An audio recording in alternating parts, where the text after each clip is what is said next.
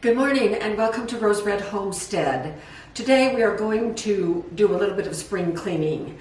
It is certainly spring around here. Our leaves have not quite yet budded out yet, but in the greenhouse I have things that I have planted that are already this high.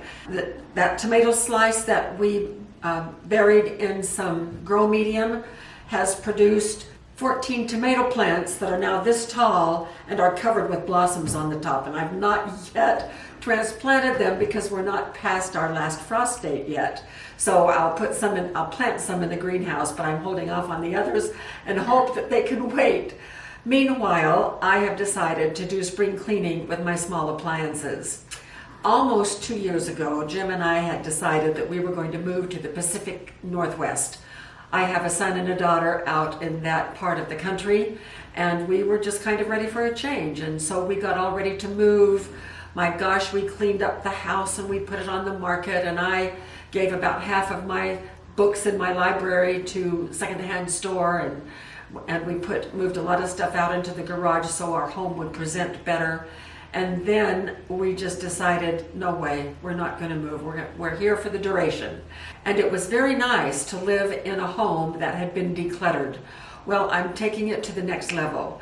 You know, as Jim and I approach end of life, and we still have, I think, years and years to go, but as you age, you start thinking about things like that. And I don't want my children to have a big mess to deal with after we are both gone. And so I'm trying to get organized and trying to declutter and remove things that we no longer use, so it will be less work for them when the time comes. So I've been through my cabinets, and these are the appliances that I have pulled for various reasons, and I just want to show you what I am ditching. The first thing that I took out of the cabinet was this. This is a regular pressure cooker. It is not electric. It is not an Instant Pot. It is one of those old-fashioned pressure cookers that I watched my mother cook potatoes for dinner in for years and years when I was growing up. It also has a glass lid and a little basket on the inside for steaming. So I moved this over here as I was preparing for the video this morning. You know, a lot of times the rationale I use to keep things, and maybe you do this as well, is, well, boy, what if sometime I might need this? Well, I have not needed this for 20 years. Then the realization struck me that, oh my, if I'm going to need to do off-grid pressure cooking, now with our Instant Pots, I could plug those into the Bluettis, but as we have learned as we've been up to the cabin actually using our Bluetti systems with solar panels, glitches can happen, and it's not as easy as just a walk in the park. And so having a pressure cooker that I can put over an open flame or even a fire if necessary might be something that we really want to hold on to in case we might need it someday. So this is one thing I'm going to eliminate from what I'm ditching. Some things we have purchased at the request of our viewers, and because we ourselves were very curious about them, and my research indicated that it was a good move, and we did some videos. This was one of those things. I was demonstrating thermal cookers, and someone said, oh, you've got to try this Saratoga Jack's thermal cooker with a kangaroo on the front. And I read the research, it came highly recommended, and so we bought one. And I had fun testing it out. If I can remember how it works. It has an inner pot with just kind of a flat lid, and then another inner pot that is larger. And so you can double stack the pots, and we did that, and it said, oh, you can take it to the beach, you can take it camping, you can take it whatever you want. And it's great. It holds the heat for a really long time. Well, I've done quite a bit of thermal cooking, and we have quite a few thermal cookers, various types. This one I was disappointed in. It leaked for one thing, and we took it in the car and it splattered out, came out from this little crack right here, even though it was locked in place, and we just didn't find that satisfactory at all. And I found that it did not hold the heat to my satisfaction. So this one we are going to either give away to someone else who might want to experiment with it more, or just take it to a secondhand store. So I'm not even going to recommend this for my family. Some of these things will go to our families first and then to others in the neighborhood. You know, the times in which we live, there are a lot of people who are in need, and so we would really rather these things go to people who will really use them. Now, this one is one that we featured in a recent video on Do You Really Need a Crock Pot or a Slow Cooker? And this is the smaller one. It holds, this is a 3-quart, and it has been riding around in our trailers. We've had 2 trailers over the years, our toy haulers, and this has been banging around up in the upper cabinets of our trailer for 20 years. I have never used it, not one time.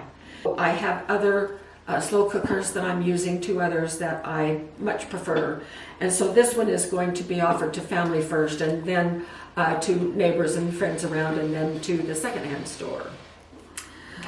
This is the bread maker that I bought. It is a Cuisinart. It's a wonderful bread maker. And I really thought over and over about whether or not I really want to ditch this. But here's the thing.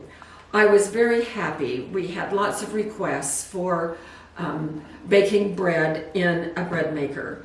And because we care deeply about the people who watch our channel, I decided, and I had never used a bread maker before. I've always made bread from scratch. So I bought one and tried it out a few times, and then we did a few videos on it. Seemed to help people. People were really glad. I've included some bread maker recipes in our bread book, but I don't ever use it. I simply do not use it.